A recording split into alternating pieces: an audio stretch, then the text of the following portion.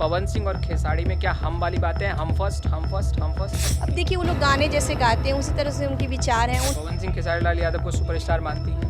मैं तो नहीं मानती हूँ। अब कलाकार के रूप में जो स्तर होना चाहिए वो नहीं है। तो अच्छी बात है, मतलब एक गाना आया है। गाना कैसा था? मैंने गाना बहुत गौर से एक ही दो लाइन सुना है, बहुत ज़्यादा से ज़्यादा पब्लिक पहुँचे इसलिए उन्होंने भोजपुरी को यूज़ किया है।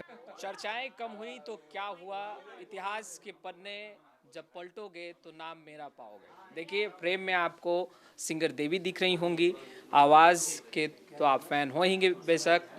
जो गाने इन्होंने गाए हैं बेशक वो भी बहुत ही साफ सुथरे हैं, क्योंकि भोजपुरी इंडस्ट्री की अगर बात करें, भोजपुरी कलाकारों की बात करें तो अश्लीलता और कई तरह की बातें आ जाती है, उस पर हम चर्चा बिल्कुल नहीं करेंगे। मगर चर्चा ज़रूर करेंगे कि जिन चीज़ों को लेकर अभी फ़िलहाल चर्चा है, कई पत्रकार आपसे जुड़ रहे थे और सोशल मीडिया के लोग जुड़ रहे थे, सीधा सवाल कर रहे थे आपसे कि पवन सिंह ने बॉलीवुड के एक्टर और एक्ट्रेस को ठुमके लगवा दिए। देवी को कैसा लगा देखकर और सुनकर गाना? देखिए आजकल मैंने पहले भी बताया लोगों को कि आजकल व्यूज़ का ज़माना हो गया है और बॉलीवुड फिल्में भी आप देख रहे हैं बहुत कम आ रही हैं, क्योंकि सबके लिए ये बहुत चैलेंजिंग हो गया है अपनी फिल्म को प्रमोट करना। तो जो बॉलीवुड फिल्में भी जो हैं, आज कोई ऐसा तो नहीं है कि जैसे पुराने ज़माने में फिल्में बनती थी, पाकीज़ा बनती थी, मुग़ल आज़म बनते थे और बहुत कला जो अच्छे अच्छे कलाकार थे उनका समावेश होता था। आज बॉलीवुड में भी गिरावट आ गई है और उनको भी उनका जो टारगेट क्या है, कमर्शियल है कि हमारे को फिल्म को चलाना है। तो उसमें जब उन लोग को चलाना है तो वो लोग मार्केट सर्वे करते हैं कि कौन जो व्यक्ति है उसके पीछे पब्लिक है।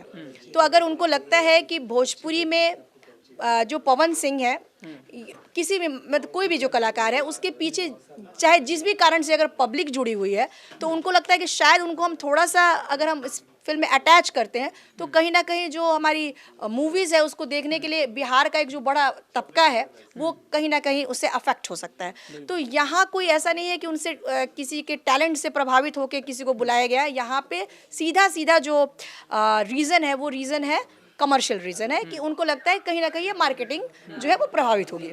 आज से कई साल पहले आप कह रही थी कि लगभग 10 साल पहले मैंने भी बॉलीवुड में गाना गाया था, और बेशक आपने जो चीज़ें बताई और जो आपने गाने गाए उस पर हर कोई ठुमका लगाता हुआ दिखाई दिया। तो क्या आपको भी कमर्शियली ही बॉलीवुड में एंट्री कराई गई थी? ऑफ कोर्स वो लोग देखते हैं कि कौन सा कलाकार चल रहा है।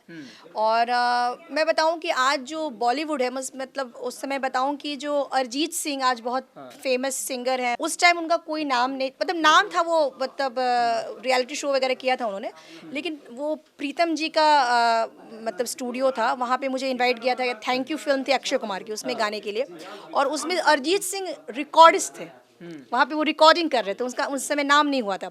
तो उन्होंने जब मेरा गाना सुना तो मतलब काफ़ी मतलब बोलने कि तो मतलब आप बिहार में क्या कर रहे हैं, आपको तो मुंबई रहना चाहिए, मतलब आपकी इतनी अच्छी आवाज़ है। लेकिन मैंने ये भी महसूस किया कि बॉलीवुड में काफ़ी मतलब लोग पॉलिटिक्स भी करते हैं।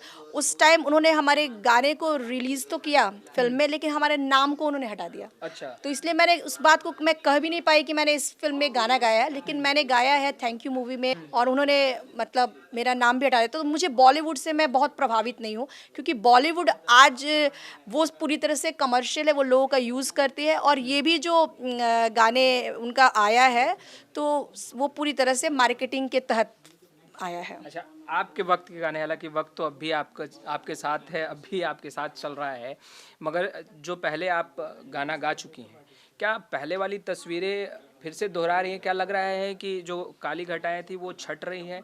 जो एक टैग लगा हुआ है भोजपुरी इंडस्ट्री मतलब अश्लीलता, भोजपुरी इंडस्ट्री मतलब कंट्रोवर्सी, भोजपुरी इंडस्ट्री मतलब एक दूसरे को लाइव आकर जमकर सुना देना, भोजपुरी इंडस्ट्री मतलब लाइव आकर बातों को रखना और उससे टीआरपी ले लेना, जो चीज़ें ये हैं। देखिए आजकल क्या है ना कि मैंने बताया ना कि एकदम ज़माना ही बदल गया है। अब क्या है ना कि लोग कई तरह की चीज़ें देख रहे हैं, कोई लड़ाई झगड़ा देख रहा है, कोई कुछ देख रहा है, और सबका जो ध्यान हो गया है वो पूरी तरह से व्यूअरशिप पाने के लिए हो गया है। अच्छा। पहले क्या था ना कि पहले लोगों का ध्यान अच्छा क्रिएशन में होता था कि भैया मुझे अच्छा क्रिएट करना है। हम लोग भी मतलब मेरी तो यही मतलब उस टाइम में भी अश्लीलता था, लेकिन मेरी यही धारणा होती थी कि हम कैसे अच्छे गाने लेके आएँ, क्या गाएँ, भिखारी ठाकुर जी को गाएँ, मिथिला के विद्यापति जी को मैंने गाया। लेकिन आज का जो दौर है ना वो बहुत चैलेंजिंग हो गया, लोग को भी नहीं समझ में आ रहा है कि अब लोगों का जजमेंट भी उसके व्यूअर्स पे ही होता है, तो लोग व्यूअर्स को पाने के लिए किसी हद तक जा रहे हैं। आप जज बनी हैं, एक शो हो रहा है जिसको लेकर, उस पर भी हम बात कर लेते हैं। तो जो नए कलाकार आ रहे हैं, जो परफॉर्म कर रहे हैं, उसे कैसे देख रही हैं? देखिए, मैं तो मानती हूँ कि संगीत का माहौल अपने आप में एक जिसको कह सकते हैं कि बहुत अच्छा लगता है। और जब मेरे पास ये लोग आए कि भाई आपको एक जज बनना है, एक हम लोग चाह रहे हैं कि बिहार में एक रियलिटी शो किया जाए, तो मैंने कहा ये तो बहुत पॉजिटिव बात है। और इस माध्यम से जो बहुत सारे ऐसे गाने हैं जो बहुत विलुप्त हैं, अच्छे अच्छे गाने जो हैं वो परफॉर्म किए जाएंगे और एक संगीत का माहौल बनेगा। कलाकारों को भी तो अच्छा लगता है कि भाई हम गा रहे हैं, बजा रहे हैं, तो इसमें एक आनंद आता है। तो इस नाते मैं इस कार्यक्रम से जुड़ी। बहुत तेज़ी से भोजपुरी में आगे बढ़ने के लिए क्या अश्लील गानों को गाना जरूरी हो गया है अब?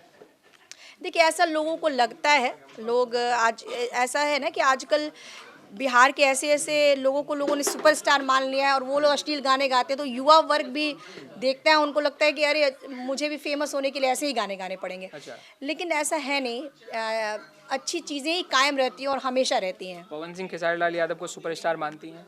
मैं तो नहीं मानती हूँ, अब वो अपने आप को मानते हो तो अलग बात है। मेरे लिए तो देखिए ये बात सत्य है कि उनको सुनने वालों की संख्या है, जिस कारण से भी हो उनको सुनने वाले की संख्या है, लेकिन एक कलाकार के रूप में जो स्तर होना चाहिए वो नहीं है। कलाकार मैं रफ़ी साहब को मानती हूँ, मुकेश को मानती हूँ, भिखारी ठाकुर जी को मानती हूँ, विद्यापति जी को मानती हूँ, महेंद्र मिश्र जी को मानती हूँ, शारदा सिन्हा जी को मानती हूँ। पवन खेसारी को नहीं मानती? नहीं, मतलब मेरे लिए, मतलब एज ए कलाकार की नज़र से मुझे लगता है कि वो स्तर नहीं है जो कलाकार का होना चाहिए। आपकी बातों में दर्द और गुस्सा दोनों झलक रहा है। नहीं, दर्द नहीं है। हाँ, दर्द तो है, क्योंकि ये है क्योंकि हमारा भोजपुरी इतना अच्छा था। आप देखिए, एक फिल्म आई थी नदिया के पार, उसमें भी गाने थे। हाँ। वहाँ पे कितने, और फिल्म कितनी अच्छी थी। आज के गाने कैसे बनते हैं, कितना ज़्यादा उसमें फुहड़ता होता है। तो आपने कभी कोशिश की कि एक शुरुआत करते हैं, एक आवाज़ बुलंद करते हैं और लोगों को जोड़ने की कोशिश करते हैं, नए कलाकारों को जोड़ने की कोशिश करते हैं और कहते हैं कि नहीं, भोजपुरी का मतलब अश्लीलता नहीं? ऑफ कोर्स, मेरे गाने को आज लोग जो सुनता है इसीलिए सुनता है कि अश्लील गाने नहीं हैं। मेरे छठ में गाने देखिए हर घाटों पे बजते हैं, हर घर में बजता है। तो एक अच्छे कलाकार के लिए यही रिवार्ड होता है। हम ये नहीं चाहते हैं कि हमें लोग बहुत ज़्यादा संख्या में सुनने लगे, लेकिन जो सुने उसको वो पसंद करे और रियल में कहे कि हम। और मेरे फैंस में आप सुनेंगे कि मेरे लोग कहते हैं कि मेरे दादाजी भी मेरे आपके गाने सुनते हैं, मेरे पापा आपके गाने सुनते हैं, मतलब they give me lot of respect for my singing. तो ये मुझे रिवार्ड लगता है। अब लोग मुझे बहुत ज़्यादा जान लें, मेरे गलत कार्यों के लिए मुझे बहुत जान लें, तो इसका क्या फ़ायदा है। स्त्री 2 का गाना सुना आपने पवन सिंह का? मैंने वही थोड़ा बहुत रील्स में सुना है। अच्छा, कैसा लगा? मतलब अच्छी बात है, मतलब एक गाना आया है। गाना कैसा लगा? मैंने गाना बहुत गौर से एक ही 2 लाइन सुना है, मुझे पूरा गाना सुना नहीं है मैंने, जो कि रील्स पे आया है। तो वो तो पूरी भोजपुरी स्टाइल का ही लग रहा है मुझे, कुछ खास अलग फ्लेवर, हिंदी फ्लेवर का तो नहीं लग रहा है। भोजपुरी ही टच रखा गया है। मैंने आपको बताया कि उन लोगों का जो मेन उद्देश्य है कि उन लोगों को अपना जो व्यूअर्स है वो चाहिए, एक ज़्यादा से ज़्यादा पब्लिक पहुँचे, इसलिए उन्होंने भोजपुरी को यूज़ किया है। एक आखिरी सवाल, क्योंकि वक्त बहुत ले लिया मैंने।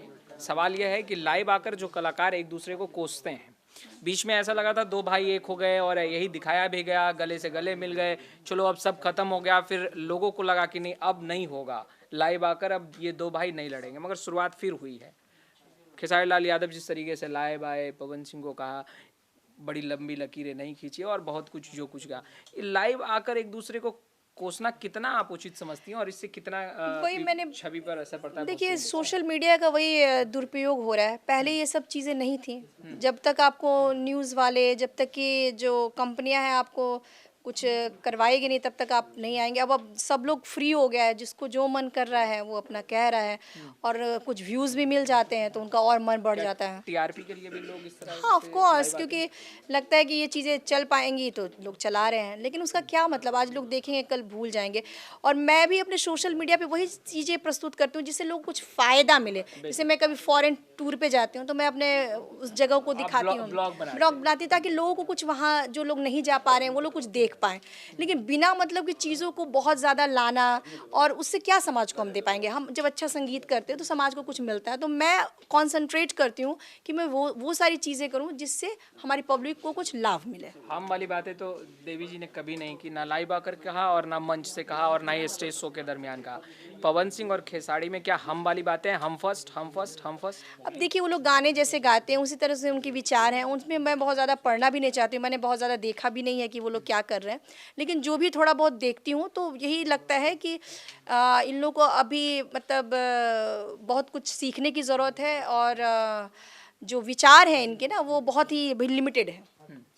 तो ये थी हमारे साथ देवी जी, जिन्हें देखकर हर लोग कहते हैं कि चलो कोई तो है जो भोजपुरी इंडस्ट्री की अब तक झंडे को बुलंद कर आगे बढ़ रही है। खैर इस वीडियो में इतना ही, आपका बहुत बहुत शुक्रिया।